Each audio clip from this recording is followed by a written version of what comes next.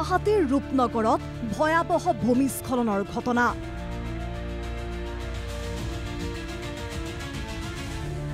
শুকুৰবাৰৰ নিশা প্ৰায় 11:20 হোৱা দোৱা লাগিছে এটা বাসগৃহত। কাৰণ ঘৰৰ এজন লোকে শুনিছিল এটা বৃহৎ শব্দ। শব্দৰ উৎস বিচাৰি ঘৰৰ পিছফালে গৈছিল 60 বছৰীয়া মনেশ্বৰ ৰাজবংশী।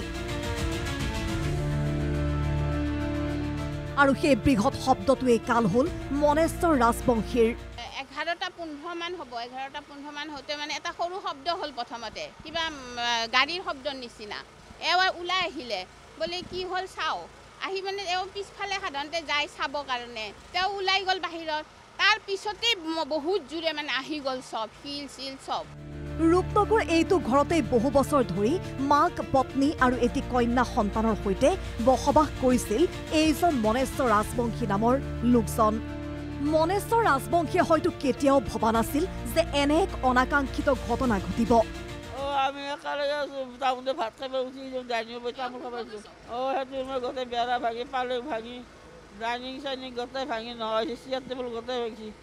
মই অলপমান দৰ্জা ভাঙি দিয়াৰ পিছত মই ওলাই আহিছোঁ। ঘটনাৰ পিছতেই ঘটনাস্থলীত উপস্থিত পশ্চিম গুৱাহাটীৰ বিধায়ক ৰমেন্দ্ৰ নাৰায়ণ কলিতা। এনেধৰণৰ মৰ্মান্তিক ঘটনা আজি কিছুদিনৰ পৰা হৈ আহিছে। গতিকে বিভিন্ন ঠাইত ইতিমধ্যে ভূমিস্খলনৰ ফলত আমাৰ গুৱাহাটীত ইতিমধ্যে জনামতে প্ৰায় 5 গৰাকীয়ে তেওঁলোকৰ জীৱন দিবলগীয়া হৈছে। আমাৰ SDRFৰ পৰা মানুহ আহি ৰাতিপুৱাৰ পৰাই ফুল চুইঙত লাগি আছে তেওঁক উদ্ধাৰ কৰাৰ কাৰণে, তেওঁক উলিয়াবৰ কাৰণে। উপস্থিত হয় গুৱাহাটী পৌৰ নিগমৰ মেয়ৰ মৃগেন শৰণীয়াও। বাৰিষাৰ সময়ত স্পৰ্শকাতৰ পাহাৰীয়া স্থান এৰিবলৈ নিৰ্দেশ দিয়া হৈছিল। সকলোৱে পাহাৰত থকাৰ ক্ষেত্ৰতো এটা মানে জাননী থাকে। তথাপি যদি ভালকৈ কোনো থাকে তেনেহ'লে অলপ ভালকৈ থাকিব। আৰু আমি আগতে কৈ আছোঁ যে এই বতৰটো আমি প্ৰতি বছৰে কওঁ, এই বতৰত পাহাৰবাসী ৰাইজে এটা নিৰাপত্তা স্থানত থকাটো অতিকৈ জৰুৰী আছে। ঘটনাৰ পিছতেই ঘটনাস্থলীত উপস্থিত কংগ্ৰেছ নেত্ৰী মীৰা বৰঠাকুৰ।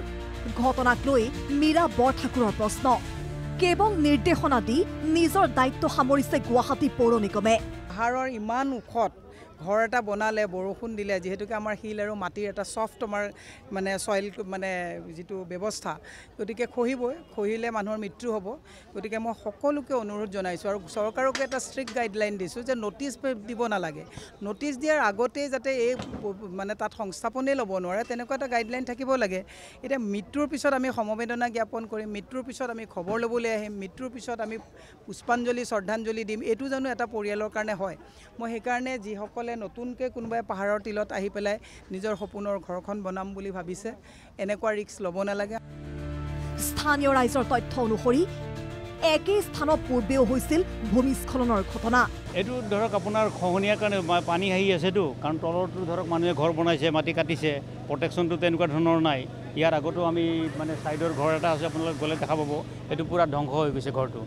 আগতে তেওঁলোকৰ ঘৰতো সেই মাটি কাটি পেলাই সেনেকুৱা হৈছিল আগতে ঘটনাত। এতিয়া প্ৰশ্ন উত্থাপিত হৈছে, যধে মধে পাহাৰ কাটি পাহাৰৰ টিলাত ঘৰ নিৰ্মাণ কৰিবলৈ কিয় অনুমতি দিয়ে পৌৰ নিগমে? এনে ঘটনাৰ পিছতেই কেৱল দায়হৰা মন্তব্য দিয়েই দায়িত্ব সামৰাৰ অভিযোগ গুৱাহাটী পৌৰ নিগমৰ বিৰুদ্ধে। News desk report, NKTV+।